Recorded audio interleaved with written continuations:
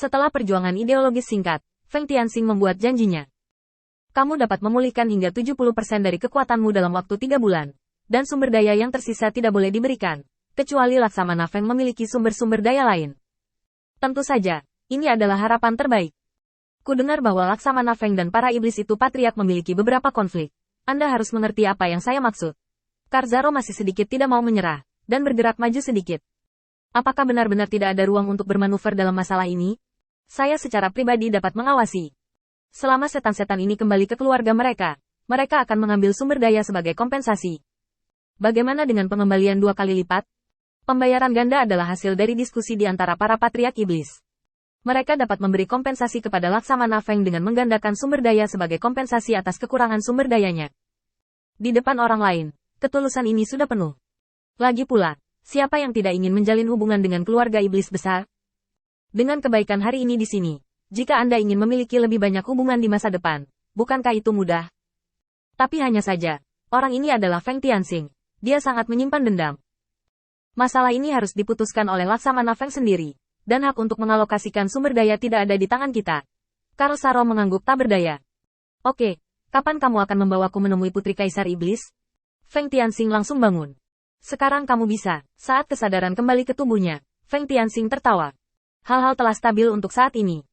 Selama Karzaro, klan Iblis kunci, direkrut, siapa yang berani membuat masalah dengan hadirnya pemimpin klan Iblis?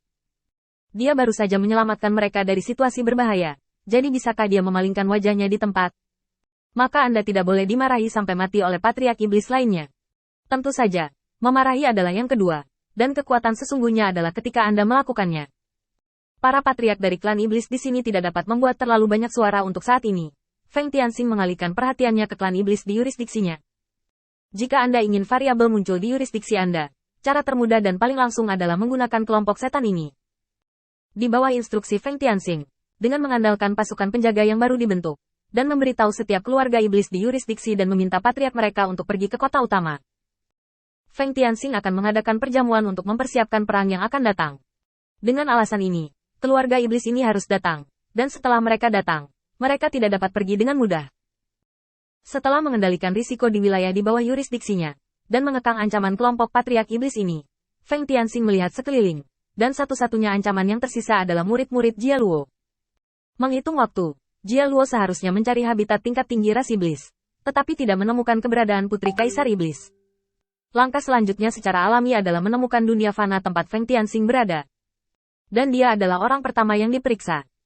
Karena ketika saya pergi, saya menggunakan lingkaran sihir manusia, dan hal yang paling mengingatkan saya pada hal ini adalah diri saya sendiri.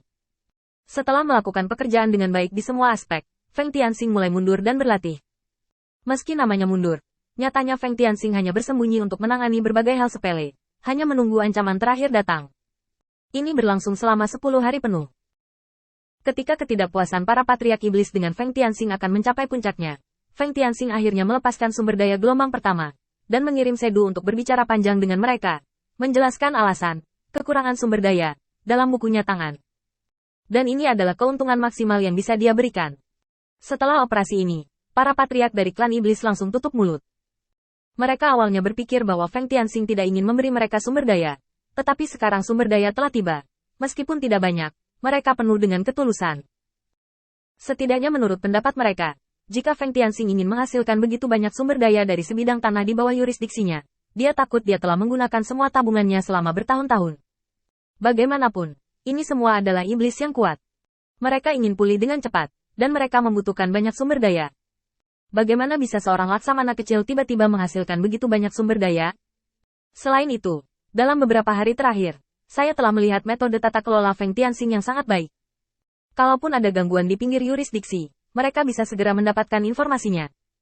Jika Void menyerang, mereka akan punya cukup waktu untuk bersiap. Di bawah kelahiran keduanya, mereka sudah memiliki gagasan untuk pulih di sini dengan tenang. Dan pengiriman sumber daya ini secara langsung mengubah pembicaraan mereka tentang Feng Tianxing. 1 poin untuk masing-masing, utamakan yang kuat, sehingga meski kekosongan datang, sebagian dari kita akan mampu melawan musuh. Tidak, bahkan jika sumber daya ini diberikan kepadaku sendiri, aku hanya dapat memulihkan kurang dari 80% darinya. Aku bukan lawan dari Void, dan setiap orang harus menggunakannya secara terpisah. Dengan 20% dari skill ini, kita dapat memulihkan sendiri. Percepat. Yang kita butuhkan adalah kita semua berjuang. Ngomong-ngomong, kita harus mengirim beberapa orang untuk bertemu dengan Feng Tianxing nanti untuk berterima kasih padanya. Dia akan tahu tentang kritik kita hari ini. Dan kita semua harus meminta maaf dan menunjukkan sikap kita. Setelah beberapa diskusi, para patriark dari klan iblis memberikan solusi terbaik untuk saat ini. Hanya saja setelah patriark iblis ini selesai mengalokasikan sumber daya, mereka tiba-tiba melihat celah di langit, dan mereka langsung bergegas ke rumah Feng Tianxing. Semua iblis sedikit terkejut. Siapa orang yang benar-benar dapat mengobrak-abrik ruang? Karlsaro, bagaimana menurutmu kekuatan orang ini? Karlsaro tampak khawatir. Kekuatannya tidak seperti yang saya inginkan, dan dia bahkan bisa lebih unggul. Sebagai pilar yang diakui di antara semua iblis, evaluasi Karlsaro secara alami mengangkat identitas iblis misterius ini. Itu bukan hal yang baik. Semua orang bergegas dan mengambil sumber dayanya. Biarkan Karlsaro memulihkan 80 hingga 90% dari kekuatannya terlebih dahulu. Karlsaro, meskipun Feng Tianxing memiliki beberapa konflik dengan kami di masa lalu, dia mengambil sumber daya ini hari ini. Yang dapat dianggap sebagai kebaikan bagi kami. Tetapi kekuatan kami terbatas. Jadi kami hanya dapat meminta Anda untuk membantu. Akan ada banyak terima kasih di masa depan. Karlsaro tidak mendapatkan bekas tinta, membuka mulutnya dan mengisap dengan keras, dan menelan semua sumber daya yang mengandung energi sihir. Cahaya hitam muncul di matanya. Terima kasih. Sebelum kamu memulihkan kekuatanmu, aku akan mencoba yang terbaik untuk melindungimu. Aku bersumpah atas namaku, Karlsaro. Setelah selesai berbicara, Karlsaro melangkah maju dan muncul tepat di samping Feng Tianxing. Saling memandang. Karlsaro langsung mengenali iblis itu, Jia Luo. Jia Luo melirik Karlsaro, juga cukup terkejut. Mengapa kamu di sini? Karlsaro menghela napas. Aku membawa sekelompok patriark iblis ke sini untuk beristirahat dan memulihkan diri. Terima kasih atas kebaikan Laksamana Feng. Jadi datang dan lihatlah. Kamu tiba-tiba masuk, dan aku tidak tahu siapa kamu. Tentu saja, aku harus datang untuk melihat keselamatan Laksamana Feng. Ini adalah dermawan dari patriark iblis kita. Mendengar ini, hati Jia Luo sedikit tenggelam. Tampaknya tidak mungkin menggunakan kekuatan hari ini.